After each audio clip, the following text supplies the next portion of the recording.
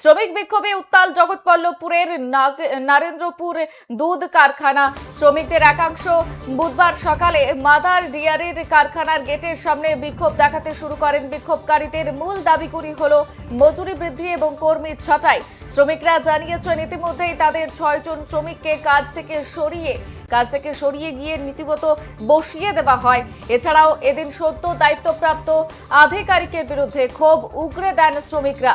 এই মুহূর্তে আমাদের নজর রয়েছে জগৎবল্লভপুরের দিকে। আপনাদের জানিয়ে রাখি, জগৎবল্লভপুরের শ্রমিকদের বিক্ষোভ, সেই চিত্র আপনাদেরকে দেখাচ্ছে। একাধিক দাবিতে একাধিক অসুবিধার কারণে এই মুহূর্তে জগৎবল্লভপুরে বিক্ষোভ দেখাচ্ছেন শ্রমিকরা। মজুরি বৃদ্ধি সহ একাধিক ইস্যুতে এই বিক্ষোভ কর্মসূচি।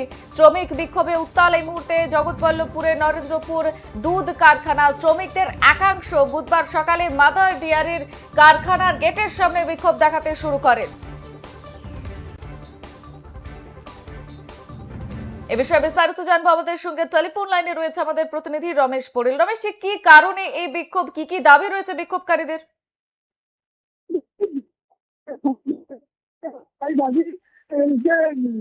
শ্রমিকদের যে রোড, সেই রোড বাড়াতে হবে, তার পাশাপাশি যে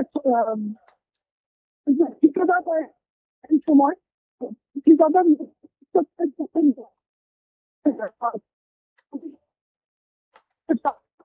এই ধরনের বিক্ষোভ গেটের সামনে কিন্তু শ্রমিকরা এই মুহূর্তে ধন্যবাদ রমেশ। এই মুহূর্তে নজর রয়েছে আমাদের জগৎবল্লভপুরের দিকে। জগৎবল্লভপুরে শ্রমিক বিক্ষোভ, মজুরি বৃদ্ধি সহ একাধিক ইস্যুতে বিক্ষোভ। শ্রমিকদের একাংশ বুধবার সকালে মাদার ডেয়ারির কারখানার গেটের সামনে বিক্ষোভ দেখাতে শুরু করেন। বিক্ষোভকারীদের মূল দাবিগুলি হলো মজুরি বৃদ্ধি এবং কর্মী ছাঁটাই। শ্রমিকরা জানিয়েছেন ইতিমধ্যেই তাদের 6 জন শ্রমিককে কাজ থেকে বসিয়ে দেওয়া হয়। এছাড়াও এদিন সদ্য দায়িত্বপ্রাপ্ত আধিকারিকের বিরুদ্ধেও ক্ষোভ উগরে দেন শ্রমিকরা।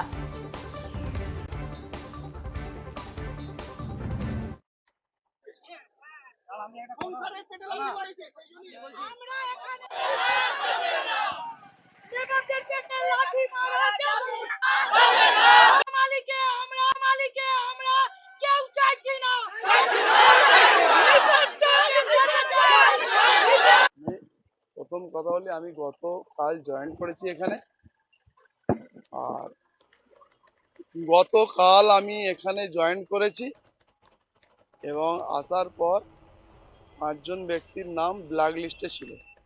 সেই তাদেরকে বলা হয়েছে 1 সপ্তাহ পর তোমার সাথে বা 2-1 দিন পরে বসে তোমার সাথে আলোচনা সাপেক্ষে তোমাদেরকে আবার নতুন করে জয়েনিং করাবো।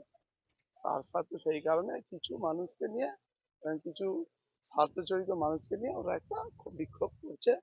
আমরা কারো অন্ন খেতে আসিনি, আমরা অন্ন দিতে এসেছি, এটাই আমার মোদ্দা কথা। আগে যে কমিটি ছিল সেটা একটা পুরোপুরি একটা রাজনৈতিক দলের পরিচালনায় চলতো, আর আমি কোনো রাজনৈতিক দলের পরিচালনায় চলছি না। আমি আমার পেপার সাবমিট করে এখানে কাজ করতে এসেছি। আমরা কারো অন্ন খেতে আসিনি, আমরা মানুষকে অন্ন দিতে এসেছি। শুনুন, আমরা এসেছি আড্ডা ডেয়ারিতে।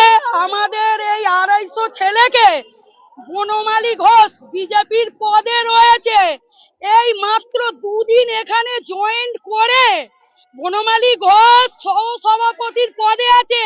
আর চিন্ময় ঘোষ, উনি আছেন সাধারণ সম্পাদকের পদে বিজেপির পার্টিতে।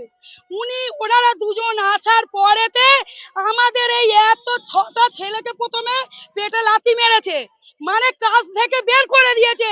ওনাদের মস্তিষ্কে করে নিয়েছে 6 জন করে পেটে লাথি মেরে বসাবে ওনাদের, এটা আমরা বুঝে গেছি।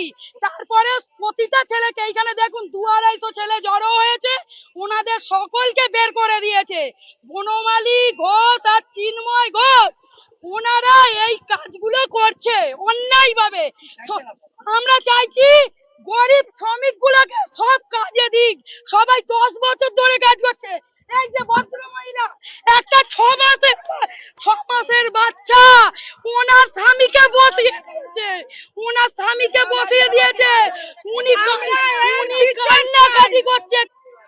বিষয়টা হচ্ছে, আমাদের কতগুলো দাবি ছিল, সেই সমস্ত দাবিগুলো আমরা প্রথমে একটা এমএলএ সাহেবকে একটা অনুলিপি জমা দিয়েছি। ঠিক আছে, এর মূল যে কপি, সেই এর মূল কপিটা আমরা হচ্ছে আদ্রা ডেয়ারি যিনি মানব সম্পদ উন্নয়ন আধিকারিক আছে ওনাকে আমরা জমা দিয়েছি। আর একটা যেটা কপি আছে, ঠিক আছে, এই কপিগুলোকে আমরা জমা দিয়েছি, কিন্তু আমরা ম্যানেজমেন্টের সাথে আমরা বলেছিলাম সুষ্ঠুভাবে আমরা আলোচনায় বসতে যাই, কিন্তু ম্যানেজমেন্ট একাধিকবার বলা সত্ত্বেও তারা কোনো কিছু কর্ণপাত করেনি। আপনারা হয়তো জানেন, এর আগেও আমরা আরেকবার মানে সংক্ষিপ্ত কর্মবিরতিতে আমরা গিয়েছিলাম, সেই জায়গায় ম্যানেজমেন্টের লোক এবং এমএলএ সাহেবের লোক থেকে একটা কথা দিয়েছিল যে ত্রিপাক্ষিক একটা বৈঠক হবে, সেই ত্রিপাক্ষিক বৈঠকে সেই সমস্ত দাবিগুলো নিয়ে আলোচনা হবে, কিন্তু তারা সেই জায়গায় আলোচনা না করে, আলোচনা তো করেইনি, আমাদেরকে বারবার হ্যারেস করেছে।